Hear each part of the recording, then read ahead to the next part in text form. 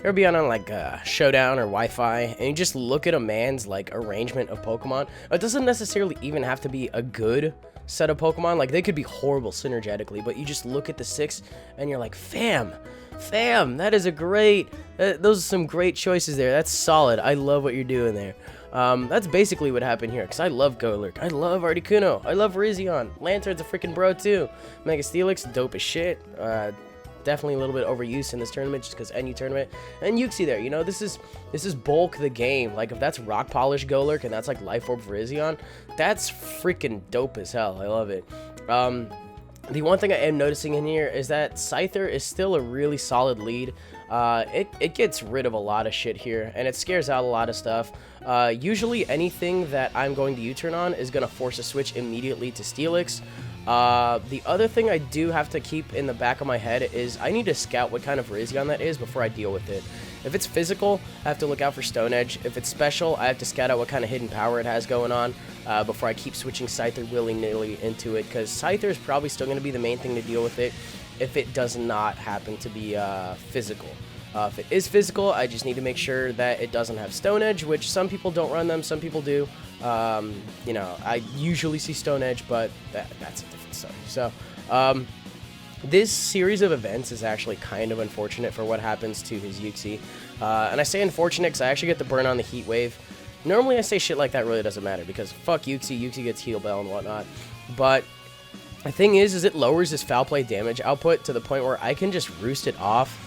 And he doesn't Heal Bell, and I don't think Uxie really has any recovery.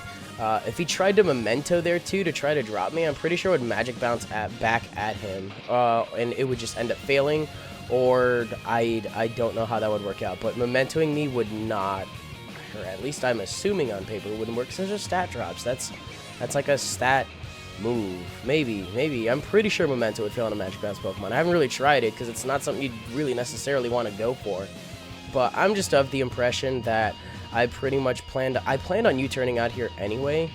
I'm not really sure why I just decided to try to U-turn, and he just drops me. So it turns out he's a faster Articuno than my Xatu. I happen to be a timid Xatu. I don't know if I have full speed, but I note now that I have to go into a faster threat to take it on as opposed to a slower one.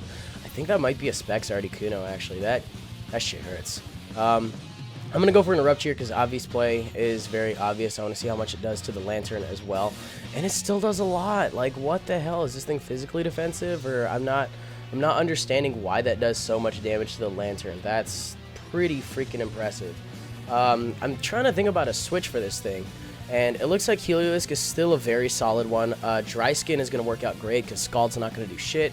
Electric moves aren't really going to do a lot. It's going to force him to not go for water moves, which is why Typhlosion and Heliolisk I thought were pretty good offensive partners to each other with all of the special threats floating around this tier.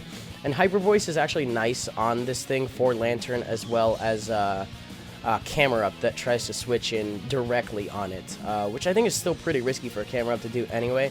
But Hyper Voice is definitely nice for Lantern. As you can see, it does around that much. It's pretty sweet. So Mega Steelix, or Steelix is going to come in, but Steelix is obviously going to Mega.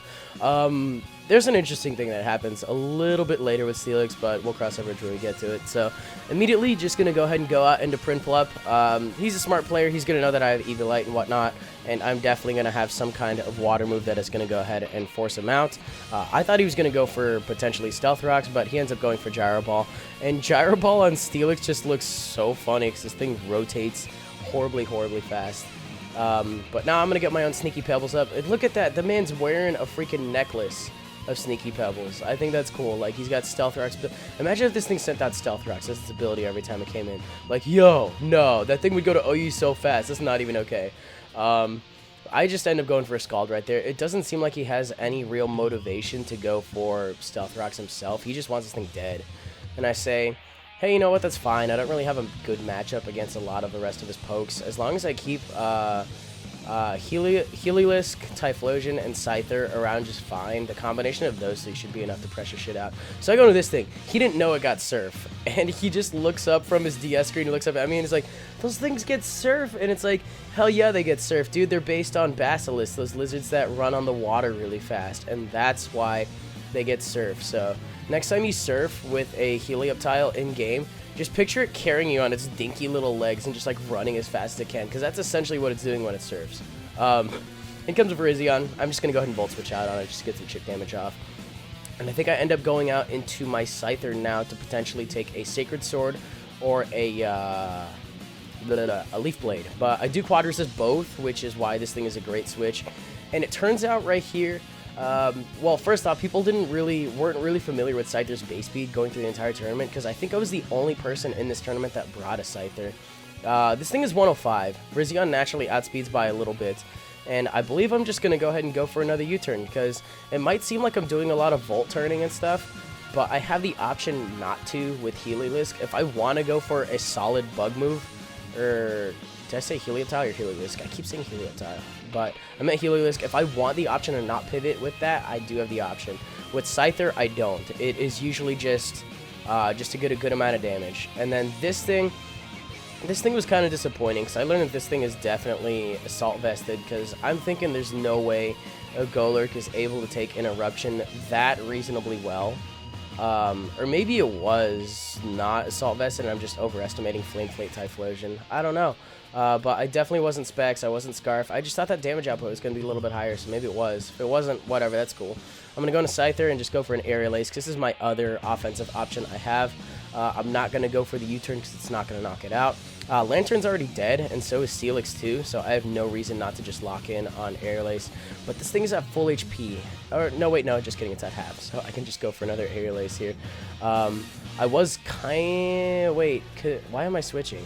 Did I think this thing was Scarf? That's so funny, Scarf Articuno.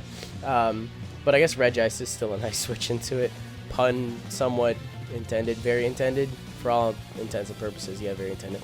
Oh my god, I can't believe I thought that Ice was neutral to Ice in that last video. What the fuck was I on? But it does look like he's choiced. Otherwise, if he was like offensive with like Expert Pelt or something, he'd probably just switch it up to Hurricane right there. But I can just drop him with my own Ice Beam. He does happen to be neutral thanks to his flying type. So that works out. That's pretty sweet there too. Virizion gonna come back in. I think I learned that thing's actually a Life Orb Virizion. And that thing's just going to drop me with a close combat. My initial battle plan was to let Regice die, get a defense drop here because it's the last one. Helioptile is also going to, I think I'm going to go for a Hyper Voice with the lowered special defense, see how much it does. Get a little bit more, oh, you know, he wasn't Life Orb. I think I was just fishing for Spit F drops or whatever. And it turns out he reveals X-Scissor because he does not have Stone Edge. He told me immediately during this turn of the game that he does not like that Stone Edge misses on him so much, so he just chose not to run it. And because of that, he actually had nothing to touch Scyther, and that's actually going to seal up the game for me pretty easily. Otherwise, right there, if he did have Stone Edge, I'm not sure what I would have done there. I maybe would have fucking lost, probably, because all I had left was Helioptile, and I don't think a Hyper Voice would have done that much.